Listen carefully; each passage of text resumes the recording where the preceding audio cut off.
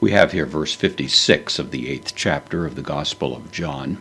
Jesus, in this rising crescendo of a conversation he's having with the religious leaders, has denied that he could somehow disclaim his special relationship to the Father, his knowledge of the Father. He indicates that if he were to do something like that he would become a liar, just as they were liars, given the fact that they were so closely aligned with diabolical impulses and motives.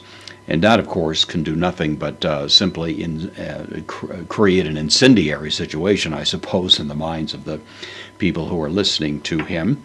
They have claimed to have Abraham as their father, and Jesus now puts even more of a capstone on the conversation when he makes a reference back to Abram here. Abram, or Abraham, ho pater, Abram, the father, humon, of you, the father of you. This is the second person genitive plural pronoun, so the father of you, which is what they've claimed. And then this interesting verb, egaliasato. This is from agaliao, contract verb.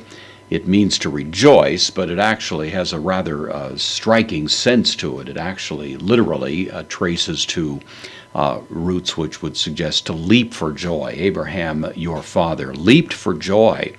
Jesus says, hina, in order to, or so that, takes the subjunctive as we find it here, ide, from edo, to see, is the idea. This is the third person singular, aorist active subjunctive, and it will take the subjunctive. So Abraham your father rejoiced to see tain hemera, the day, the of me day. This construction makes it somewhat more emphatic. So he rejoiced to see my day.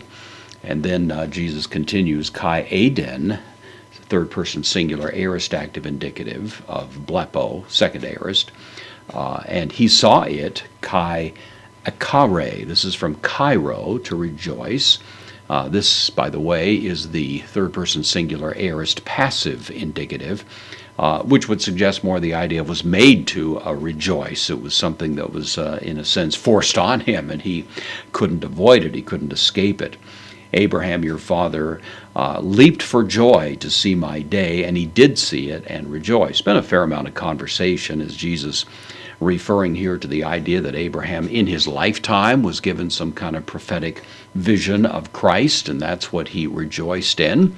It's possible, but of course Peter reminds us that prophets of old had longed to understand what the Spirit of Christ in them was pointing to when he spoke of the sufferings of Christ and the glories that would follow. And obviously the prophets only had an obscure understanding at best, and we would assume that Abraham in some sense fell into that category as well. The alternative view, which probably is preferable, is that Abraham saw it from the perspective of eternity. It was after his death that he was able to now see perfect vision, the events connected to the incarnation of Christ.